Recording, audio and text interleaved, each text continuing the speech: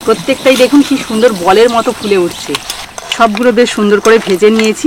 দেখুন মুখরোচক খাবারটা ভাজার পর কত সুন্দর দেখতে লাগছে।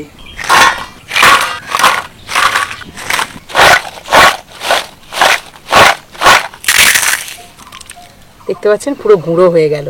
নমস্কার বন্ধুরা, সাবিত্রী কিচেনে সবাইকে স্বাগত। বন্ধুরা, প্রতিদিনের মতো আবারও চলে এলাম নতুন একটা রান্না নিয়ে। আর আজ আমি আপনাদের সাথে শেয়ার করব দারুণ একটা মুখরোচক খাবার। আর এটা কিন্তু চায়ের সাথে যেমন খেতে ভালো লাগে, তেমনই কিন্তু এমনি শুধু শুধু খেতেও দারুণ লাগে। আর এটা বানানো খুবই সহজ আর খুব কম উপকরণও লাগে। আপনারা যদি সম্পূর্ণ ভিডিওটা দেখেন আশা করি ভালো লাগবে। আর ভালো যদি লাগে তাহলে প্লিজ একটা লাইক করে বন্ধুদের সাথে শেয়ার করবেন। আর যারা আমার নতুন বন্ধু আছেন তারা যদি ইউটিউব থেকে দেখে থাকেন তাহলে প্লিজ চ্যানেলটাকে সাবস্ক্রাইব করে রাখবেন। আর যারা ফেসবুক থেকে দেখছেন তারা ফেসবুক পেজটাকে ফলো করে দেবেন। তো চলুন আজকে রেসিপিটা শুরু করা যাক। আজকের এই মুখরোচক খাবারটা তৈরি করতে লাগবে সুজি। তার জন্য আমি 1 প্যাকেট সুজি নিয়েছি। তবে এই সুজিটাকে কিন্তু মিক্সিতে একটু গুঁড়ো করে নেব, তাহলে কিন্তু এই খাবারটা বানাতে সুবিধা হবে। সম্পূর্ণ প্যাকেটের সুজিটা আমি এই মিক্সি জারের মধ্যে দিয়ে দিচ্ছি। আর সুজিটা দেখুন একটু দানা দানা রয়েছে, এটাতে করে কিন্তু আমি ডো বানাতে পারবো না। তার জন্যই মিক্সিটাকে একটু ঘুরিয়ে নেব, মানে একটুখানি যদি এটাকে গুঁড়ো করে নেওয়া হয় তাহলে কিন্তু খুব সুন্দরভাবে ডোটা বানানো যাবে। সুজিটা দেখুন একদম মিহি করে গুঁড়ো করে নিয়েছি, এই দেখুন। এবার এটাকে একটা পাত্রে ঢেলে নিচ্ছি। আর এর সাথে আরও বাইন্ডিংটা যাতে ভালো হয় তার জন্য দিয়ে দিচ্ছি 1 বাটি আটা। এই যে ছোট বাটি 1 বাটি আটা দিয়ে দিচ্ছি। আর দিয়ে দিচ্ছি 1 চামচ সাদা তেল। এর মধ্যে কিন্তু নুন বা অন্যান্য মশলা কিছুই দেব না। এই সাদা তেলটা দিয়ে ভালো করে মাখিয়ে নেব। আর সেই তেলের পরিমাণটাও আপনারা দেখতে পেলেন, খুবই সামান্য দিয়েছি।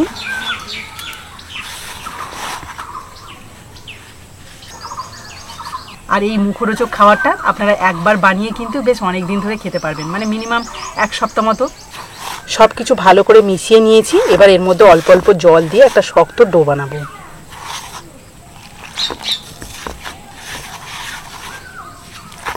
এটা কিন্তু একদমই নরম করা যাবে না, একটু শক্ত করেই মাখতে হবে। তার জন্য কিন্তু অল্প অল্প আমি জল দিচ্ছি এখানে। আপনারাও যখন মাখবেন এরকম অল্প অল্প জল দিয়ে মাখবেন।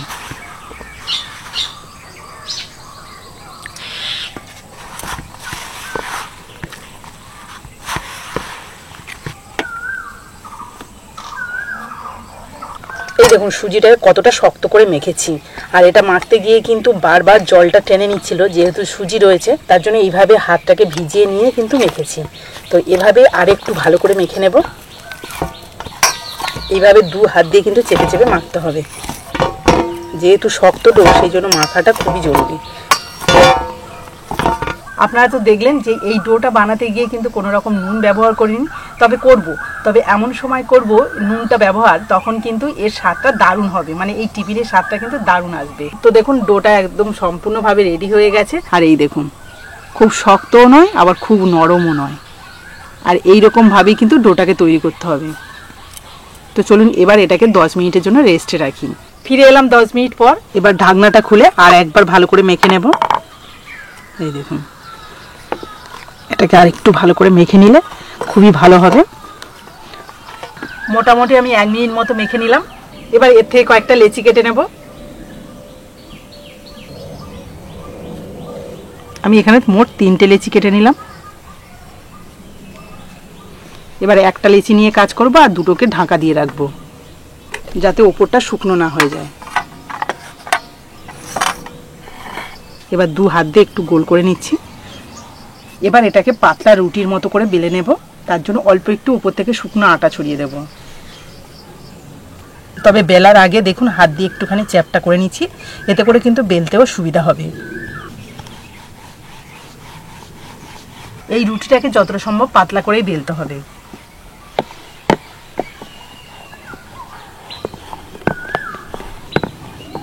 দেখুন রুটিটাকে কিন্তু একদম পাতলা করে বেলে নিয়েছি। এই দেখুন থিকনেসটা দেখেই নিশ্চয়ই বুঝতে পারছেন কতটা পাতলা হয়েছে। এবার এই রুটিটাকে আমি কাটার দিয়ে কেটে নেব। তার জন্য দেখুন একটা ওই যে কুকি কাটার যে হয় না, সেগুলোই একটা নিয়ে নিয়েছি। আপনাদের পছন্দ মতো শেপে কেটে নিতে পারেন যে কোনো কাটার দিয়ে। তো আমার কাছে কুকি কাটার ছিল বলে আর এই শেপটা ছিল বলে এটা দিয়েই কেটে নিচ্ছি, এতে করে কিন্তু দেখতেও ভালো লাগবে।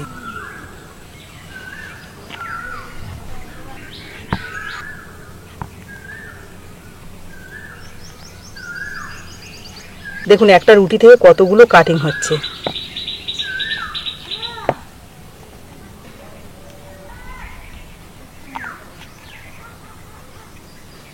একটা রুটি থেকে যতগুলো কাটা সম্ভব ঠিক ততগুলো কেটে নিয়েছি। আর কাটার পরে দেখুন কতটা সুন্দর লাগছে।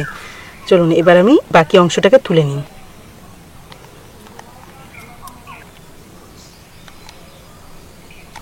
এগুলোকে আবার বেলে নিয়ে একইভাবে কাটিং করে নিলে অনেকগুলো হবে। এবার এই কাটিং করা অংশগুলোকে আমি একটা পাত্রে তুলে নেব। তবে তার আগে আপনাদের দেখাচ্ছি, দেখুন কত সুন্দর লাগছে, একটা ফুলের মতো দেখতে লাগছে। আমি একটা একটা করে রাখছি যাতে দেখতে ভালো লাগে, এমনি রেখে দিলেও হবে। তো চলুন বাকিগুলো আমি একইভাবে রেডি করে নিই। তো বন্ধুরা দেখুন সবগুলো কাটিং করার পর বেশ অনেকটা হয়েছে। এবার চলুন এগুলোকে ভেজে নিই। তার জন্য প্রথমে আমি উনুনটা ধরিয়ে নিচ্ছি। উনুনটা ভালোভাবে ধরে গেছে। এবার একটা কড়াই বসিয়ে দিলাম। কড়াইতে দিয়ে দিচ্ছি কিছুটা সাদা তেল। তেলটা বেশ ভালোভাবে গরম হয়ে গেছে। এবার আমি এক এক করে ভেজে নেব।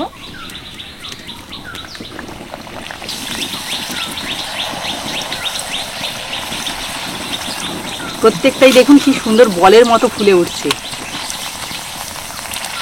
বেশ অনেকগুলো কিন্তু একসাথে ভাজা যাচ্ছে।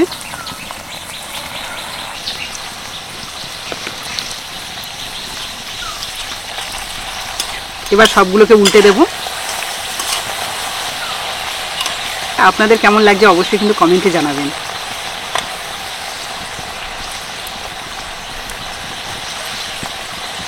এগুলোকে কিন্তু একদম লাল লাল করে ভেজে নেব, এতে করে কিন্তু একদম মুচমুচেও হবে। সবগুলো বেশ সুন্দর করে ভেজে নিয়েছি। এবার এগুলোকে তুলে নেব।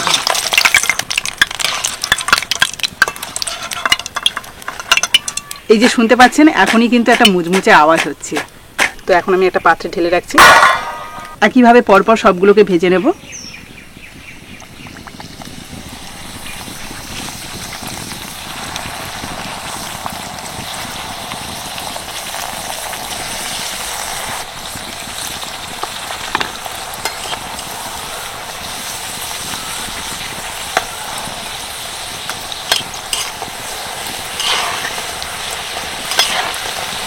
আর এগুলো ভাজার সময় আপনাদের একটু বলে দিচ্ছি যে আঁচটাকে কিন্তু মিডিয়ামই রাখবেন।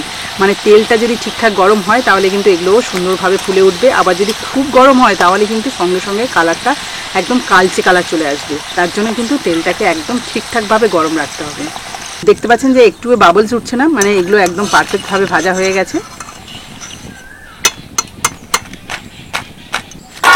এগুলো কিন্তু ভাজতে বেশ ভালো লাগছে। আর আমরা যখন লুচি ভাজি তখনও কিন্তু যদি এরকমভাবে ফুলে ওঠে কি ভালো লাগে না।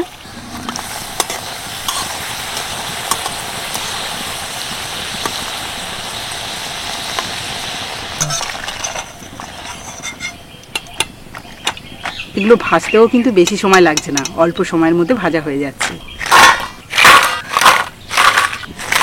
তো বন্ধুরা আপনারা দেখতেই পেলেন মাত্র এক প্যাকেট সুজি, মানে 10 টাকার এই সুজি দিয়ে এতটা পরিমাণে কিন্তু মুখরোচক খাবারটা বানিয়ে নিলাম। আর আমি যেহেতু কুকি কাটার দিয়ে কেটেছি তার জন্য কিন্তু শেপটা দারুণ এসছে।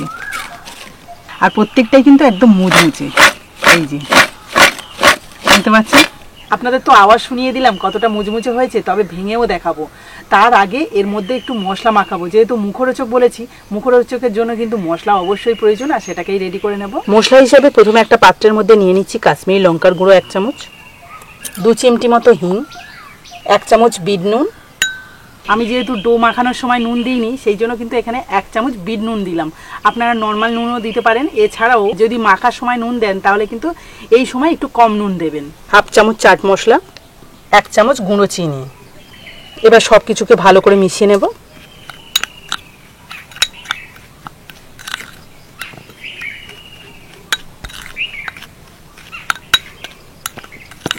ব্যাস মশলাটা রেডি। এবার এখান থেকে 1 চামচ করে নেব আর ওপর থেকে ছড়িয়ে দেব। আর এই মশলাটা দিলে যেমনই চটপটি হবে তেমনই কিন্তু খেতে দারুণ লাগবে। এবার এটাকে ভালো করে মিশিয়ে নিতে হবে। তাহলে দেখুন চারিদিকটাই কিন্তু সুন্দরভাবে মশলা লেগে যাচ্ছে।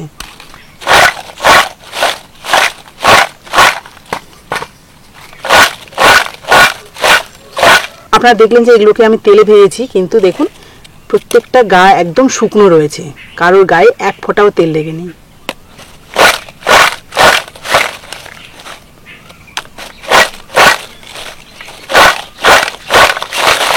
চটপটি মশলাদার খাবার খুব সহজে আর খুব কম সময়ের মধ্যে বানিয়ে নিয়েছি।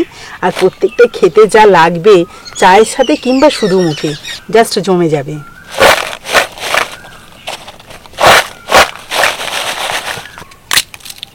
দেখতেই পাচ্ছেন কতটা মুচমুচে, দেখতে পাচ্ছেন পুরো গুঁড়ো হয়ে গেল। এটা কিন্তু খেতে সত্যি খুবই ভালো লাগবে। তো বন্ধুরা এইভাবে কিন্তু মশলা মাখিয়ে এগুলোকে এয়ারটাইট কন্টেনারে সপ্তাহখানেক রেখে দিয়ে খেতে পারবেন যখন মন চাইবে। এবার চলুন আপনাদের একটা খেয়ে বলি এর স্বাদটা কেমন হয়েছে।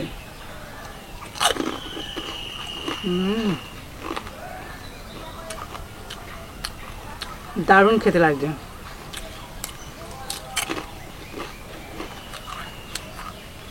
মানে গালে দেওয়ার সঙ্গে সঙ্গে ভেঙে যাচ্ছে।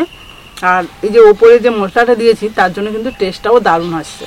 আমরা তো বিভিন্ন ধরনের তেলে ভাজা খেয়ে থাকি, কিন্তু এই যে মুখরোচক খাবারটা এটা কিন্তু ভীষণ ভালো লেগেছে শুধু শুধু খেতে, এবং আপনারা এটাকে চা দিয়েও খেতে পারেন।